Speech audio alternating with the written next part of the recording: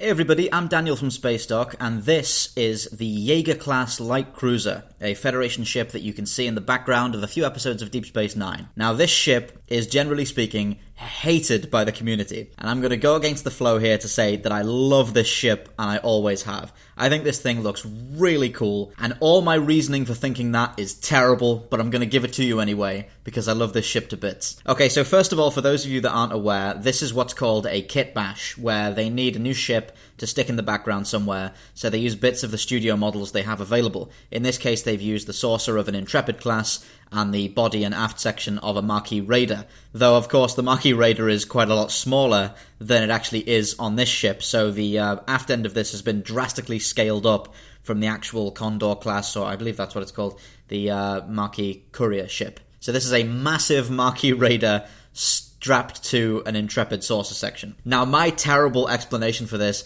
is the way replicator technology works in Star Trek. Basically, you can program templates for things, and you can... I don't see too many problems with massively scaling up something. Obviously, it would have a few implications in terms of the interior. You'd have to put more decks into the space that wasn't really...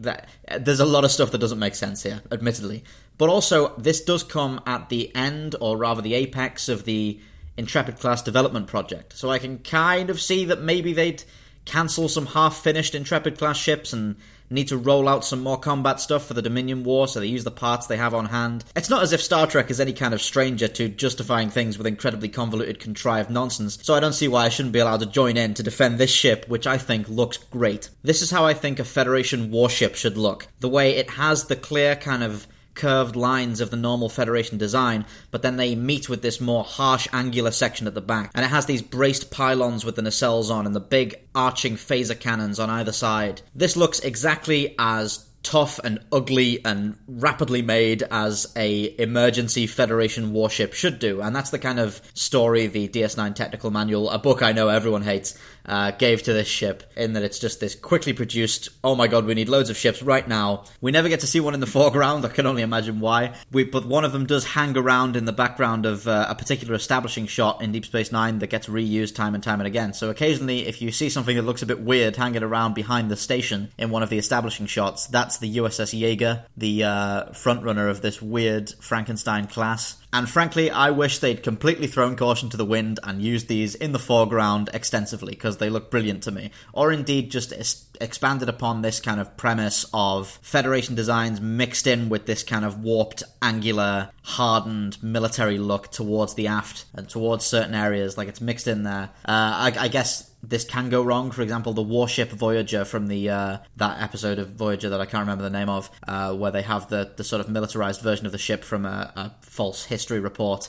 That's basically Voyager with loads of giant cannons welded to it and loads of sticky out bits, and it looks terrible. Sometimes these look terrible, but in this case, I don't think it does. And there's a lot of kit bashes that I really like, actually. I might do a top 5 kit bash list or whatever at some point. But this is definitely my favorite kit bash in all of sci-fi. I'm a big fan of this design. I love that it's in, whenever it shows up in something, I'm super happy. Like it was, they made an Eagle Moss model of this, which I still haven't ordered. I need to get that, so I can get the source book that comes with it and read all of the absurd nonsense to try and explain why they've got this giant courier welded to a saucer section, and love every second of it. But also, it showed up in Star Trek Armada 3, the Sins of a Solar Empire Total Conversion mod, as, unfortunately, a marquee ship, like a recurring kind of aggressor for neutral combat or whatever. Like, you can't actually build them when you're playing as the Federation, which is a shame, I think. But in fairness, if you give them to the Marquis, they do kind of blend in with the couriers, because they have the same design features at the back, so it looks like maybe the Marquis just welded something together or stole something, I don't know.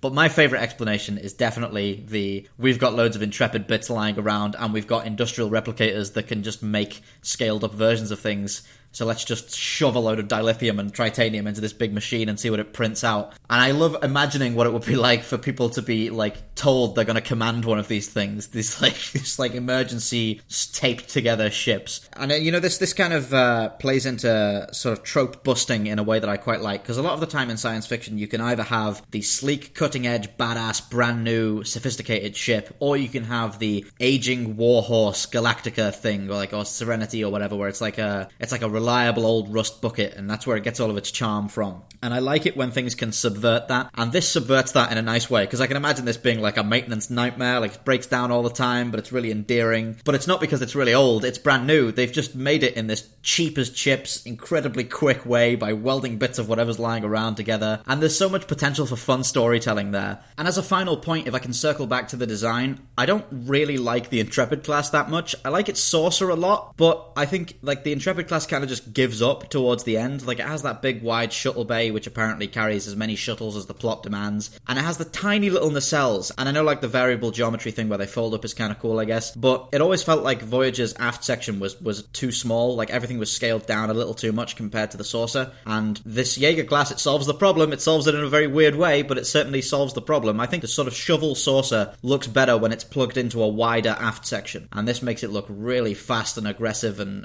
I love it. It's a great design. It's a great design, and I'll hear nothing against it. So I say, silence to all of you naysayers. I'd watch a whole series about this class. We need more of the Jaeger class in our lives. It's a beautiful, beautiful, hideous ship, and I will defend it to the last. So please feel free to drop your complaints in the comments, but I will be liking any comment that stands in support of this glorious ship alongside me. Also, let's get this ship in Star Trek Online, right? Because that would really annoy all the people that don't like it. Let's get a campaign going to get this ship in Star Trek Online, because I would be all over that. I'd do a whole stream series where I just fly it around in circles talking about how great it is. Get the Jaeger class in Star Trek Online. Hashtag Jaegers for Stowe. It started here. This is Daniel from Spacedock, signing off. Thank you for watching Spacedock. Please remember to like, subscribe and share for more science fiction spacecraft summaries. If you enjoy the channel, why not consider pledging your support on Patreon? For just $1 a month, you'll be able to access the Spacedock schedule to see what's coming up.